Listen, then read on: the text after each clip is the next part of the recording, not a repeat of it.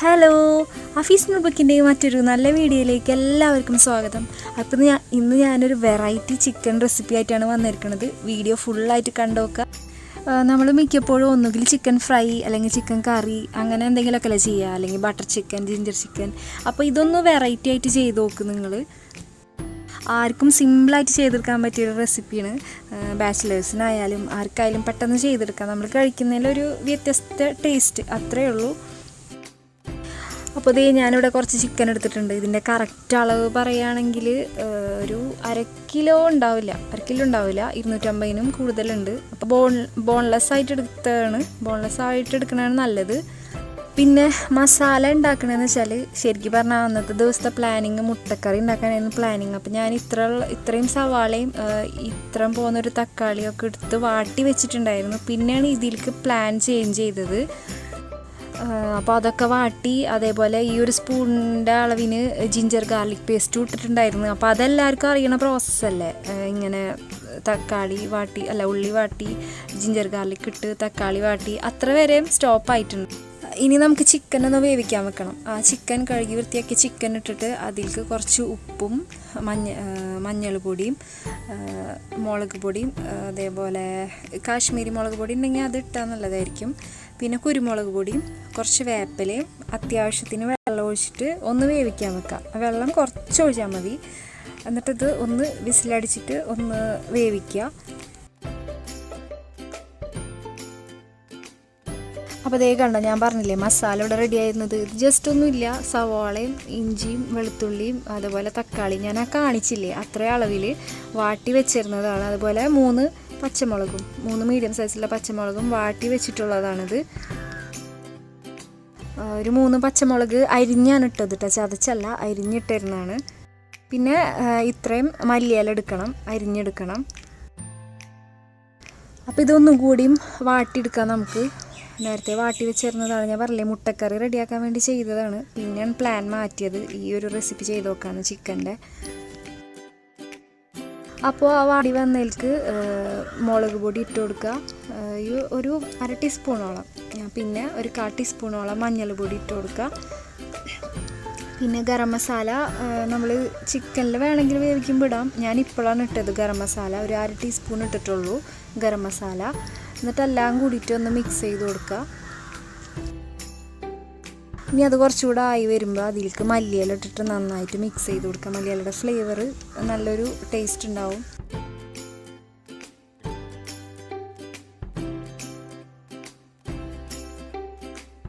ഇനി chicken piece നമുക്ക് വെന്തോ നോക്കണം. അപ്പോൾ ഏകദേശം വേവായി വന്നിട്ടുണ്ട്. ഒരു 3-4 വിസിലാണെന്ന് തോന്നുന്നു വരുത്തിയത് കേട്ടോ.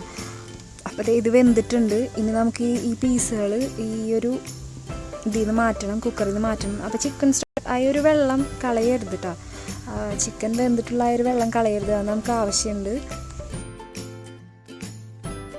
അപ്പോൾ ചിക്കനൊക്കെ അതിൽ നിന്ന് മാറ്റിയെടുക്കുകയാണ്. ഇതിപ്പോൾ നമുക്ക് കൈ കൊണ്ട് ജസ്റ്റ് പിച്ചെടുക്കേണ്ട ഒരു പരുവം ആയിട്ടുണ്ട് കേട്ടോ. ആ വെള്ളം മാറ്റി വെക്കുക, അത് കളയാൻ പാടില്ല. അപ്പോൾ ചൂടായിരുന്നുകൊണ്ട് ഞാൻ ജസ്റ്റ് സ്പൂൺ കൊണ്ടൊന്ന് മാറ്റി കൊടുക്കണം. ബോൺലെസ് പീസാകുമ്പോൾ പിന്നെ നമുക്ക് ബുദ്ധിമുട്ടില്ല. ഇങ്ങനത്തെ പീസാകുമ്പോൾ നമുക്ക് അതിൽ നിന്ന് എടുത്ത് മാറ്റാനായിട്ട് കുറച്ച് പാടാണ്. അപ്പോൾ ചിക്കനൊക്കെ ഇതേപോലെ ഷ്രെഡഡ് പോലെ ആയിട്ട് കിട്ടിയിട്ടുണ്ട്.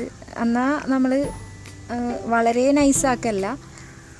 അപ്പോൾ നേരത്തെ റെഡിയാക്കി വെച്ചിട്ടുള്ള മസാലയിലേക്ക് ഈ ചിക്കൻ ചീന്തിയത് നമുക്കിതിലേക്ക് ഇട്ട് കൊടുത്തിട്ട് നന്നായിട്ട് യോജിപ്പിച്ച് കൊടുക്കുക. അപ്പോൾ അതൊക്കെ ഇട്ട് നന്നായി ഇളക്കി കൊടുക്കുക.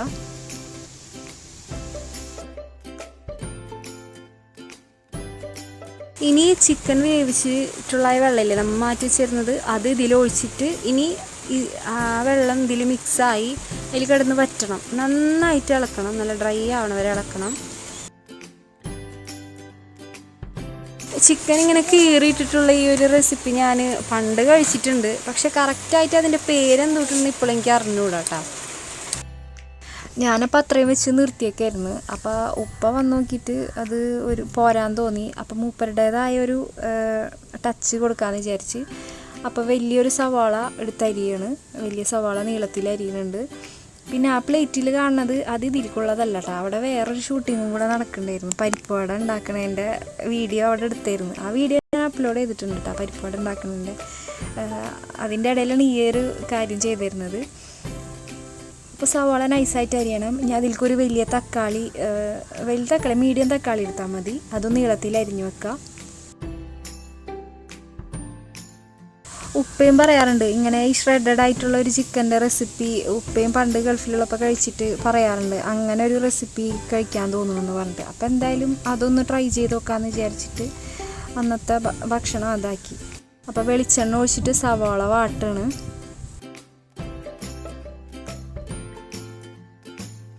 സവാള അധികം കളർ മാറണ്ട.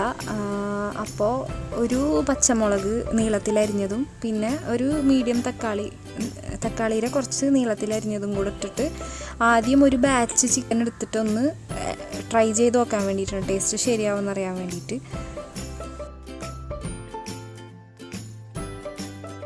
അതിലേക്ക് ചെറിയ അളവിൽ മുളക് പൊടി ഇട്ടിട്ടുണ്ട്, മഞ്ഞൾ പൊടിയും ചെറിയ അളവിൽ ഇട്ടിട്ടുള്ളൂ കേട്ടോ. അതൊന്ന് വാടി വന്നപ്പോൾ തക്കാളിയൊക്കെ ഒന്ന് മാഷായി വന്നപ്പോൾ നേരത്തെ ചിക്കൻ റെഡിയാക്കി വെച്ചിട്ടുള്ള ചിക്കനിൽ നിന്ന് കുറച്ചെടുത്തിട്ട് പകുതി എടുത്തിട്ട് ഒന്ന് മിക്സ് ചെയ്ത് കൊടുക്കുകയാണ്. നന്നായിട്ട് ഒന്ന് മിക്സ് ചെയ്ത് കൊടുക്കുക.